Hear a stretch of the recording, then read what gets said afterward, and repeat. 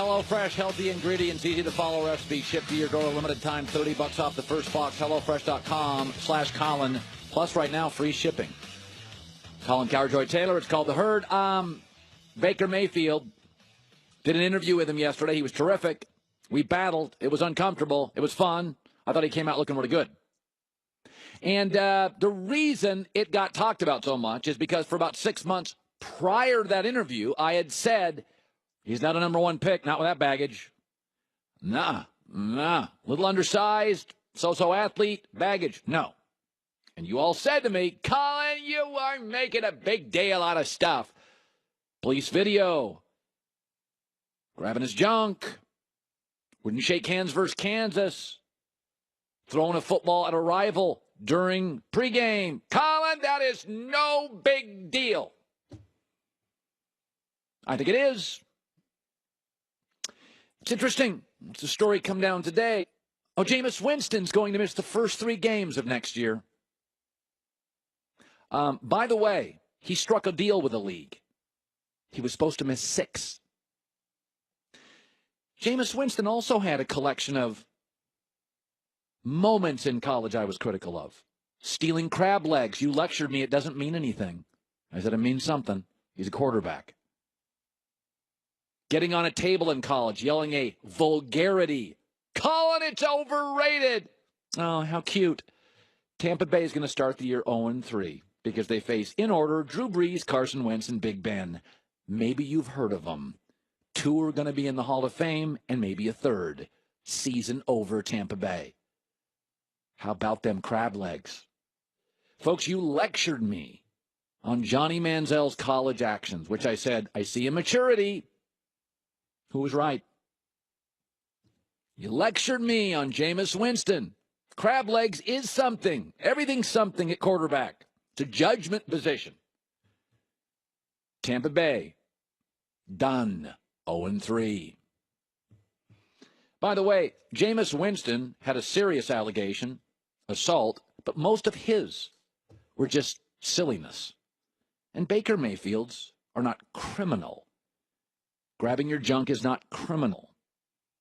He wasn't a criminal in Fayetteville with that police video. Okay, but they are immaturity. And come on, parents, adults watching, the immature 20-year-old is usually the immature 26-year-old, 29-year-old, 32-year-old, 38-year-old. Folks, you keep lecturing me on Johnny Manziel and Jameis Winston.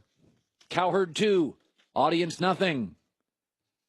Tampa Bay is in arguably the best quarterback division in the league. 2 league MVPs, Matt Ryan, Cam Newton, and a Super Bowl Hall of Fame MVP, Drew Brees. And Tampa won't have theirs. But Colin, Tom Brady Deflategate.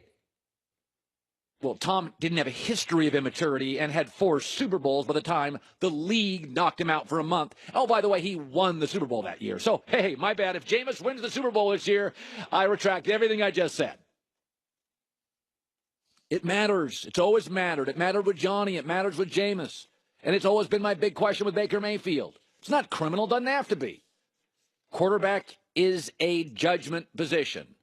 I had every right to question Baker all year, every right to question him yesterday, even if I did love his answers yesterday and how he came off. With quarterback, Manziel, Baker, Jameis, doesn't have to be criminal. Immaturity dooms a career. Congrats, Bucks. 0-3 to start the season, which gives you less than 8% chance to make the playoffs in a division, I would argue, with the best quarterbacks in the league. Joy Taylor with the news. No. Herd on the news. This is the Herd Line News. So moving right along with that Jameis Winston suspension, as you mentioned, they will be without him for the 3 toughest games of the season. Yeah. Saints, Eagles, and Steelers, and Ryan Fitzpatrick will start in his absence. So they do have a solid backup quarterback, but you still don't feel very good about any of those not games. when they're facing Brees, right. Wentz, and Big Ben. And I would also say those teams are also better probably than the team But, I mean, 0-3 in this league is you're out of the playoffs. No, of course not. And more importantly, when you are going into the season with drama of this level, that trickles down throughout the rest of the locker room. And the baseline suspension for Winston's alleged behavior is a 6-game suspension, and he'll get half of that. So it seems like you said that he took a plea deal. That's according to Mike Florio of Pro Football Talk. He didn't even appeal it. He just said, I'll take the 3 because it could be way worse.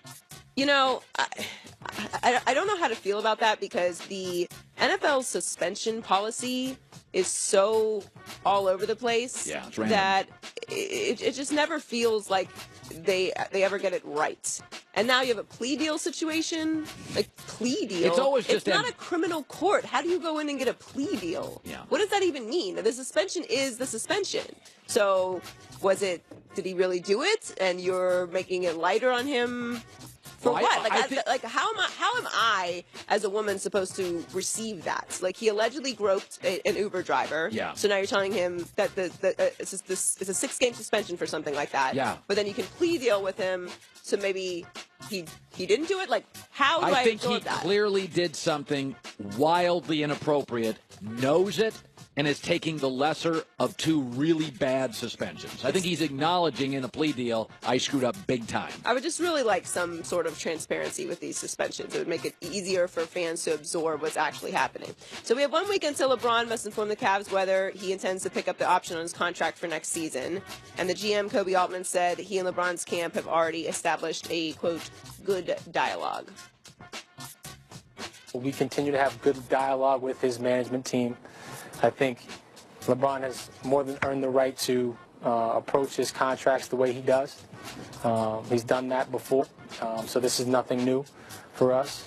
We want to respect his space during this process, and I continue to have really good dialogue with his management team as he goes through that process. We don't take him for granted, and we love him. The city loves him. He means the world to us and this franchise.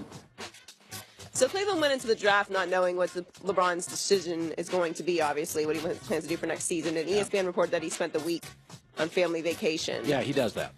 Yeah, so it feels like the Cavs and the Lakers, I mean, obviously he can go wherever he wants, but it feels like those are the only 2 options. It feels like, Chris Paul, and I'll ask Chris Broussard here in a second. I do believe LeBron will make the decision, but if you're asking his family, I think they want to go places where they have homes, Cleveland and LA. Well, yeah, I mean, obviously his family has a big role to play in this decision, and not just his wife. Now his oldest son, Bronny, is moving into his high school years to play basketball, and he is a very good basketball player. So they want to put him in a place where he not only can succeed, but will have some consistency, because you assume that this is the last move that LeBron's going to make. Yeah. And as you mentioned earlier, if the salary cap situation wasn't so atrocious in Cleveland, we wouldn't even be having this conversation. Right. I don't think anyone felt that when he went back to Cleveland he would ever leave again. No. I absolutely think his heart is in Cleveland, but I think his head and his basketball acumen is saying, I don't want to get stomped here. And by the way, Boston's getting better and Philly's getting better. And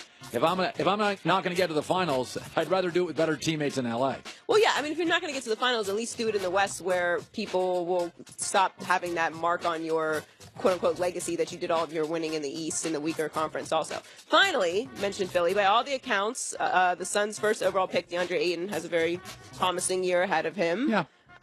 But don't compare him to Joel Embiid. We talked about this yesterday. You don't like the comparisons of these young guys coming into the league in the draft because he's the next Steph Curry. Well, Joel Embiid agrees with you. ESPN analyst Chauncey Billups compared the two, DeAndre Ayton and Joel Embiid, and he sent out some tweets. He said, "Don't compare Ayton to me either. I play defense." Yeah. Do you think that's a fair comparison? Yeah, I mean, Embiid? Embiid's a great NBA player. The other kid dominated a sport with almost no legitimate NBA big men. I mean, if you go look at the NBA bigs right now, there's a lot of good international bigs, not a lot of good domestic college bigs. So, I mean, Ayton, if you watch them in Arizona, you could take halves and games off. There was no offensive centers around the country. So, Embiid's a great player. This kid's a great prospect. There's a big gap, Grand Canyon gap between the two. Stop comparing everybody. Yes. Joy Taylor with the news. Well, that's the news. And thanks for stopping by. The Herd Line News. Former New York Times sports writer, he's our NBA guy, Chris Broussard, joining us after the draft last night. Man, I watched that. You know, they call it the NBA draft. I called it the Jag draft, just a guy draft. Come on. Man, two dudes I liked at the top. Marvin Begley would have been my number one, and the kid from Arizona, DeAndre Ayton. Bunch of dudes after that, Chris. Bunch of dudes. What do you think they said about Steph Curry when he was picked 7th? He's a Jag. He's another dude. So watch out for Trae Young. I'm telling you. Watch out for Trae Young. The GM in Atlanta, Travis Schlenk, was an assistant GM in Golden State when they built it with Steph Curry. He's looking to build the same situation. They have nothing. So everything's going to be built around Trae Young, just like Steve Kerr did when he took over with Steph Curry. So just keep an eye on that. Some call it the NBA draft. We have a picture. We're calling it the GAG draft. Just a guy draft. Okay. Hold on. Jason Tatum came in this year People like and played a factor in the NBA playoffs. Donovan Mitchell, like, some of these guys are going to make contributions this year. Yeah, with Memphis. Last year, the guys went to better teams. That was a difference. Boston was up there. They had already been in the Eastern Conference. Now I got a bunch of Chicago, Orlando, Phoenix. Yeah. Okay. So we know that I go on vacation next week. Maybe I'll just go to Russia and watch soccer. Then I come back, and it's July 2nd, and we know that Sunday and Monday, that's when you can start making verbal agreements. Here's one of these. I got to tell you, we're talking a lot about the Lakers. Chris Paul in Houston. Dude wants a max deal. Chris, I don't think he's a max player.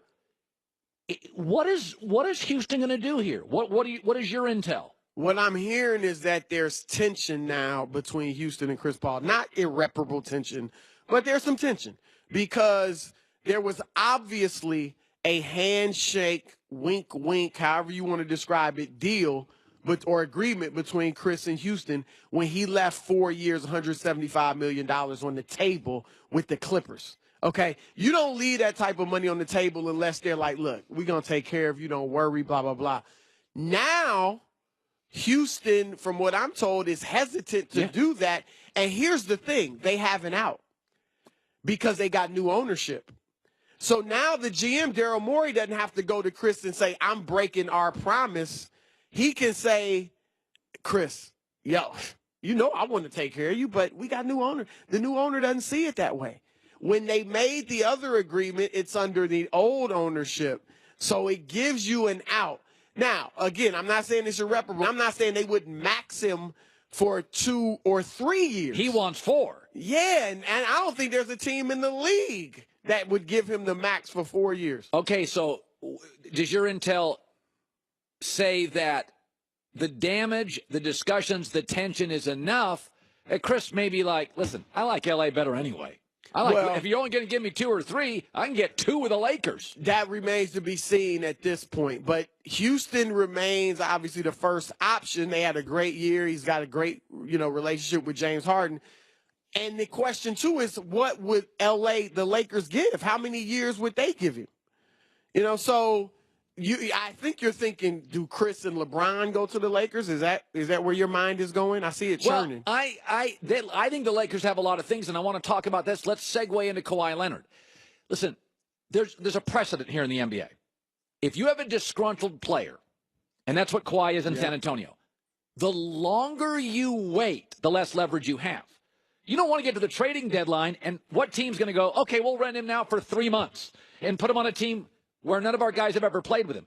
You can make the argument that there would be a GM that would say, I'll give you a first-round pick to rent him for a year to a good team, Boston, try to convince him, bro. Win a championship or get to the finals. Yeah. I could see Danny Ainge going, all right, I'll give you our next number 1 pick, and I'll give you Jaylen Brown. And by the way, we win a title. Kawhi's like, are you crazy? I can't leave. But so my whole point is, Philadelphia could be in the same position. Yeah. So the longer you wait in this league, generally with a disgruntled player, the less you get because people sense you're desperate. You got nothing now. My feeling is Popovich could be hurting himself over his rigidity and stubbornness. What do you think prevails here? Well, look, waiting right now, they got so many different dates that they could make a trade. They could make a trade going into training camp. They could make one in the summer. They could make one before the deadline. They could make one earlier in the season. So because they're not making a trade now doesn't mean they're waiting until February. That's when they would really be desperate, because then if you don't make a deal, you're losing for nothing. Nothing. But they could be looking at it like, look, we got the whole summer. We got training camp. We got the first few months of the season to make it good. R.C. Buford said yesterday, our intention is to keep Kawhi. Yeah. And so you have a lot of time to try to work the relationship out. Let me throw this out, because I think we both have felt like recently LeBron's going to go to the Lakers. There is a potential, though, for the Lakers to actually strike out this summer, because Paul George, there's a growing sentiment that he'll stay in Oklahoma City. I'll believe it when I see it. Yeah. But that's what people are thinking, including some people close to LeBron. So let's say that happens. He stays in OKC. And then Kawhi is not traded by the Spurs this summer to the Lakers. So the question is, does LeBron James go to L.A. by himself and absolutely waste a year? And he's at the age where he doesn't have time to waste years, because they would have absolutely no chance to win a championship. They'd probably go to a 46-win team. They'd make the playoffs as a 7 or an 8 seed. And but here's my thing. LeBron doesn't have to become a free agent. So under that scenario, if Kawhi and George don't move, what about the option of just opting into his contract, staying one more year in Cleveland? His son is going into 8th grade, not high school. So you still have a year before he goes to high school. And then playing it out in Cleveland, nobody expects you to go to the finals. If you get to the finals, you're going to be praised. And, then in 2019, there's the option of Kawhi and LeBron going to the Lakers together. Or you learn more about Philadelphia and some of these other situations. So maybe there'll be better options in 2019. You don't like that. You want him out of Cleveland. I'm from Cleveland, man. You need to think about it. I have been told that Cleveland's still an option, too. Yeah, I believe that. No. This is why I said 2 days ago, you may have been on the show, you got to get Paul George first. The other thing here is, you know what Paul George is hearing watching shows like this, watching Undisputed, watching all these networks? He's the third guy. Yeah. You got to give Paul George some love. You got to go to Paul George and say, Paul, you are the linchpin in this. We want you first. Because if I sit around and watch TV, You're right. No, there's no question. He's sitting around hearing, Kawhi, LeBron. Yeah, we don't need Paul George. No. The one guy I think you could land by July 1st is, because you don't control Kawhi, Pop does. You don't control LeBron does. You go to him and say, baby, we love you. You're our guy. Arms around you. You land him, at minimum, you take all these young Lakers, all improving. You now have 3 forwards, Kuzma, Ingram, Paul George, all nice players. Yes. And look, let me say something to Paul George. I hope he's watching, listening, whatever. Think about Philadelphia. Now, they would love Kawhi Leonard, and they got some assets yesterday in the draft that could help them facilitate a Kawhi Leonard trade. The risk, of course, is would Kawhi stay past 2019? Paul George, if you go to Philadelphia, you are the first or second leading scorer on the team. You would have an absolutely great chance of reaching the NBA Finals. You would be an all-star every year. In the West, you might not be an all-star. You barely made it this year. You went on an alternate, okay? That affects Hall of Fame, legacy, everything, and that matters to players, and it should. So, Paul, look at Philadelphia. That's what he needs to do. Listen to me. I'm serious. I'm not disagreeing with you. Do you think your Lakers colors, I just see them all over your shirt. Hey.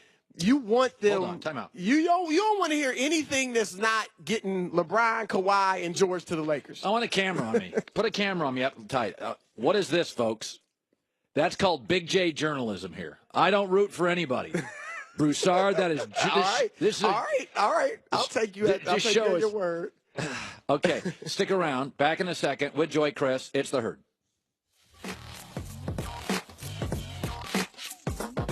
Tonight, Big 3 basketball is back.